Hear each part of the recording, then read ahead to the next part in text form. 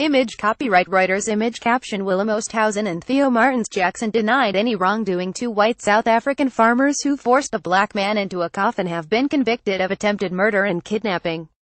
Victor Malachwa, 27, was beaten and made to get into the coffin by Theo Martins Jackson and Willem Oosthuizen in August 2016. The pair will be sentenced on the 23rd of October.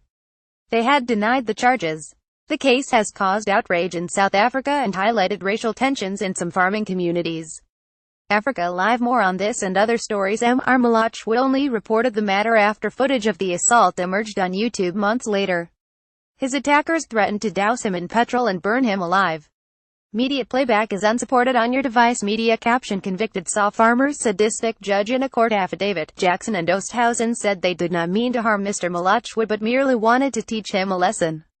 They claimed that Mr. Malachwa had been trespassing on their land. He denied this, saying he was taking a shortcut to the shops, where he had been sent by his mother. As Judge Sigopot Mfulele read out the guilty verdict in Middelburg Magistrates Court on Friday, supporters of the victim burst into songs of celebration. "I'm relieved that justice has been served," Mr. Malachwa told the BBC. Image copyright Mujahid Safodien. Image caption: Victor Malachwa was walking home when he was kidnapped and assaulted. Judge Mfulele told the court she was satisfied that the prosecution had proved its case beyond a reasonable doubt, and that it was clear that the convicted men intended to kill the victim. The prosecutor has asked the court to revoke their bail for security reasons. Many attacks unreported. Namsa Masiko, BBC Africa, Middelburg. Shortly after the guilty verdict was delivered to a packed courtroom, the visibly emotional victim, Victor Malachwa, told me he was relieved. He feel good about the outcome. "I'm not saying all white South Africans are racist, but the court must set an example to those who commit such acts." The video of the assault caused outrage here in South Africa. At one point during Mr. Malachwa's ordeal, his attackers threatened to bury him alive, even going as far as asking him if he wanted to die fast or slowly. Mr. Malachwa's mother, Malela Honolo, also welcomed the ruling.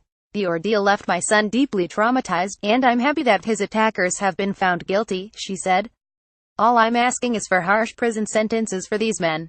Family members of the convicted men were also in court. Willem Oosthuizen's wife broke down, saying she was shocked by the outcome. The victim and his attackers live in the same province of Mpumalanga, which is seen as synonymous with such attacks, and many of these incidents go unreported due to fear or intimidation. It is believed that some white farmers attack their black employees, who never report them to police because they fear losing their jobs.